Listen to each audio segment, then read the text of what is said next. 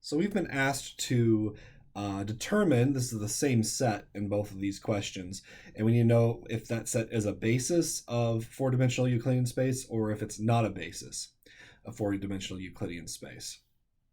So I was asked to write a statement to say whether it's a basis or not. So the set is a basis provided, and two things need to happen for it to be a basis, right? It needs to span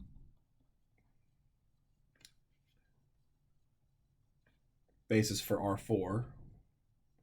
It spans R4 and is linearly independent.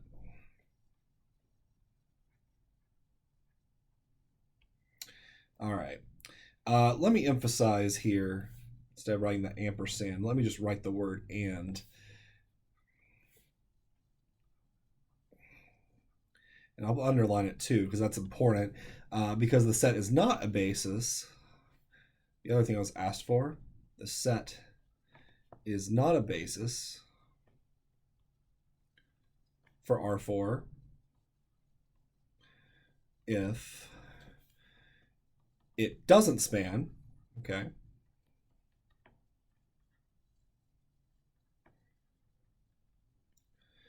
Or, so it needs to be both for it to be a basis. So if either one of these messes up, or one or the other messes up, then it's not a basis. And let's see, I could say not linearly independent, or I could just say linearly dependent. Okay, so that takes care of the first thing I was asked to do. Now I need to explain how to determine which one of these is true. Well, I guess to figure out if something spans or doesn't span, whether it's independent or dependent, both of these are statements about certain equations and their solutions.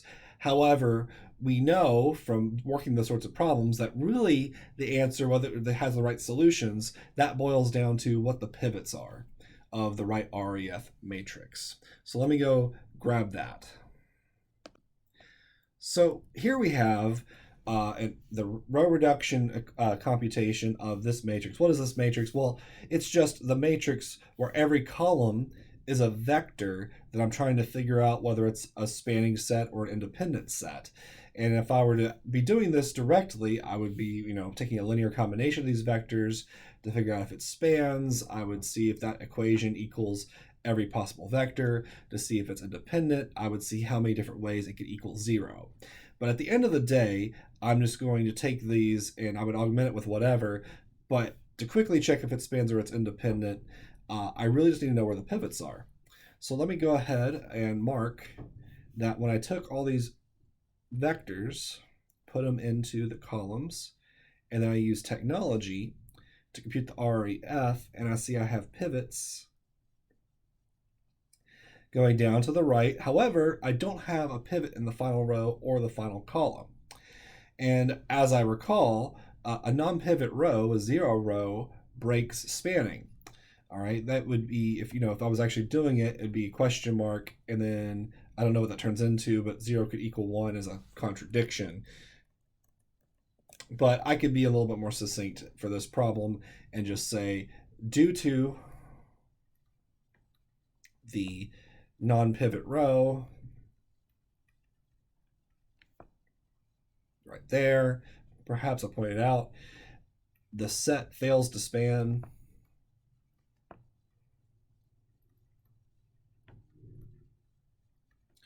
and because it doesn't span, I don't even have to check the other thing, it's not a basis.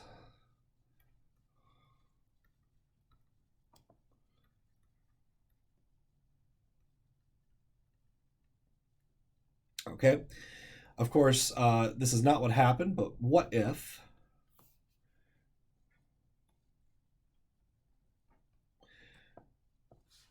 it had actually ended up being the identity matrix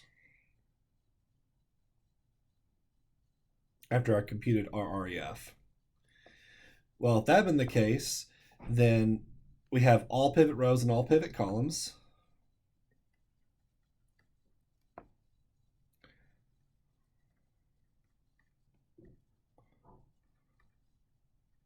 So all pivot rows, it spans. And then due to having all pivot columns, it's independent.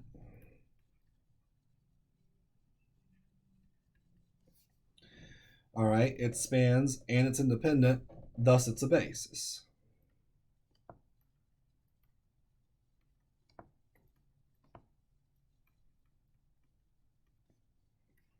That's not what happened in this particular problem, but that's what I would say. If I saw I had all pivot rows, all pivot columns, all pivot rows means it spans, all pivot columns means it's independent, and that shows me that I do indeed have a basis.